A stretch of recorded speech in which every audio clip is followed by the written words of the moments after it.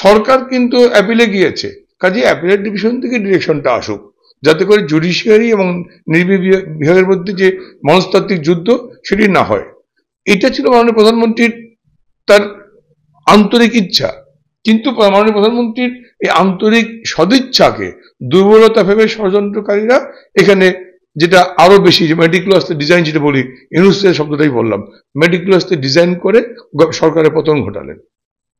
আমি যদি মাননীয় প্রধানমন্ত্রী জোর করে ক্ষমতায় থাকতে চাইতেন, গণভবনে আক্রমণ করলে সেখানে যদি এসএসএফ ফায়ার ওপেন করত, প্রধানমন্ত্রীর জীবনের নিরাপত্তার জন্য গঠিত করা স্পেশাল সিকিউরিটি ফোর্স এসএসএফ, প্রধানমন্ত্রী কিন্তু এসএসএফ কে গুলি করার নির্দেশ দেননি, বা তার আগেই এসএসএফ তাকে নিরাপদে সরিয়ে নিয়ে এসছেন।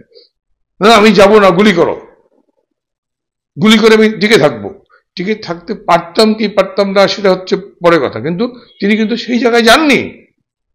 এসএসএফ এর হাতে অত্যাধুনিক অস্ত্র ছিল, লেথাল আর্মস সেখানে ছিল, তিনি সেটা প্রয়োগ করতে বলেননি, নির্দেশ দেননি, বরং তিনি স্বেচ্ছায় অথবা তাকে এসএসএফ এর অনুরোধে তাকে হয়তো সেখান থেকে অন্যত্র সরিয়ে নেওয়া, স্থানান্তর করা হয়েছে। লেথাল উইপেন্স প্রয়োগ করার যে সিদ্ধান্তের অভিযোগ আনা হয়েছে, এটা সর্বভিত্তিহীন, অসত্য, এটি এখানে যায় না। এই পরিস্থিতি থেকে এই রায় কার্যকর হওয়ার কোনো সম্ভাবনা আছে? আমি আরেকটু উদাহরণ দিয়ে আরেকটা বলে রাখি, সেটি হচ্ছে 5ই ডিসেম্বর সন্ধ্যায় সাভার বা আশুলিয়ায় যে মানুষকে পুড়িয়ে মারার অভিযোগ আনা হচ্ছে, 5ই ডিসেম্বর সন্ধ্যায় প্রধানমন্ত্রী কোথায়? তিনি দিল্লিতে।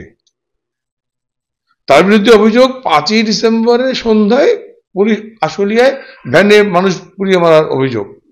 5ই ডিসেম্বর তো দুটোর আগেই তিনি ফ্লাই করেছেন, কাজেই এটাও অসত্য, ভিত্তিহীন, এর যাবে না।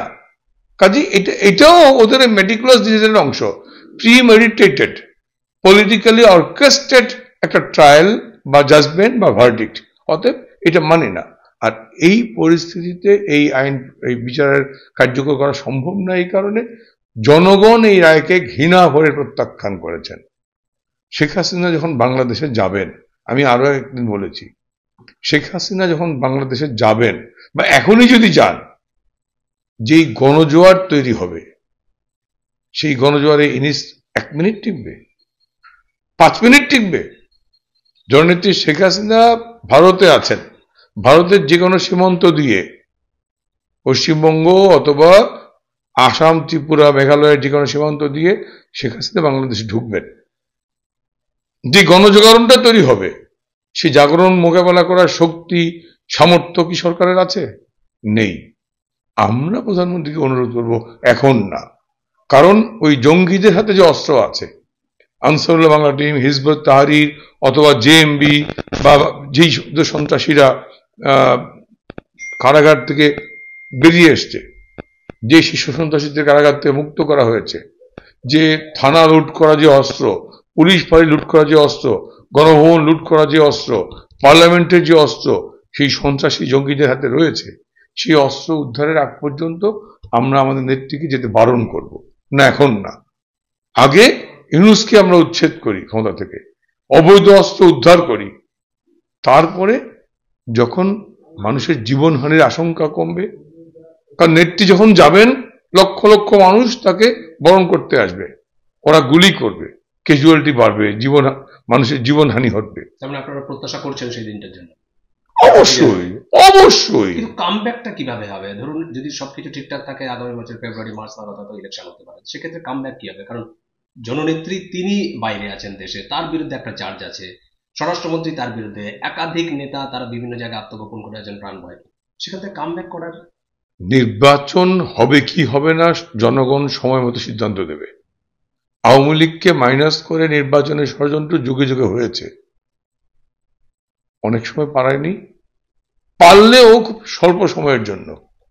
ইতিহাসটাই সাক্ষী দেয় যে আওয়ামী লীগকে আজকে যে নেত্রীকে একটা পূর্ব পরিকল্পিত, পূর্ব নির্ধারিত রায় দিয়ে তাকে মাইনাস পলিটিক্স করলো, পলিটিক্স থেকে মাইনাস করার চেষ্টা করছে, এটা মূলত আওয়ামী লীগকে বাইরে রেখে। সবাই জানে জননেত্রী শেখ হাসিনাকে দণ্ড দিলে, তিনি দণ্ডিত থাকলে তিনি নির্বাচনে অযোগ্য হবেন, অতএব তিনি নির্বাচনে অযোগ্য হলে আওয়ামী লীগ নির্বাচনে যাবে না।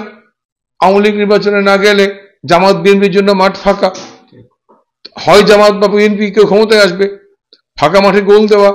এই দূরভিসন্ধি থেকেই কিন্তু এইটা নেত্রীকে সাজা দেওয়ার আলটিমেট কারণটা হচ্ছে নেত্রীকে সাজা দিলে আওয়ামী লীগ নির্বাচনে যাবে না। সেক্ষেত্রে তো মনোবলও হারাবে, মোটেও না, মোটেও না। হ্যাঁ, সাময়িক সময়ের জন্য আমাদের একটু মন খারাপ হয়েছে।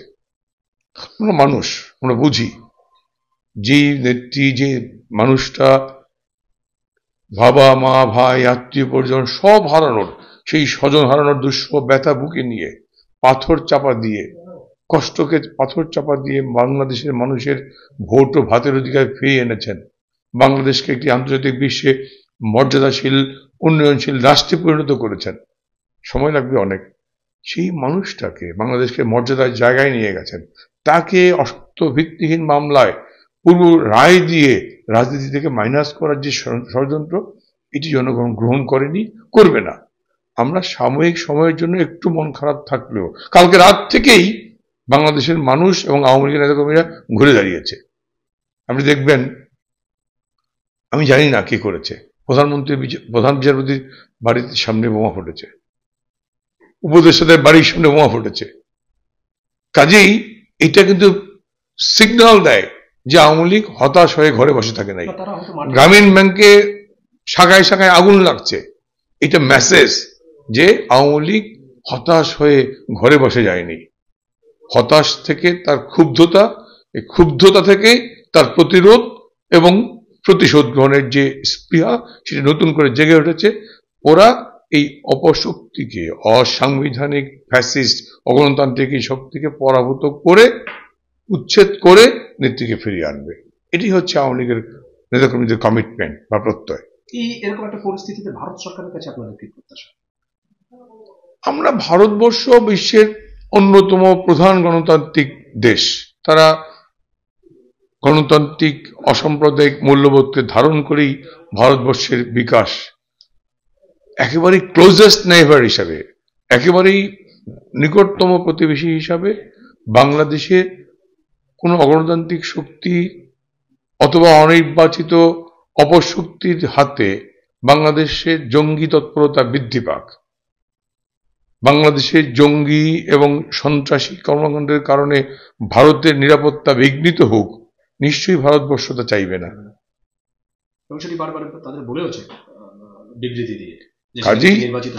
কাজেই এটা ভারত গণতান্ত্রিক দেশ হিসাবে বাংলাদেশে একটি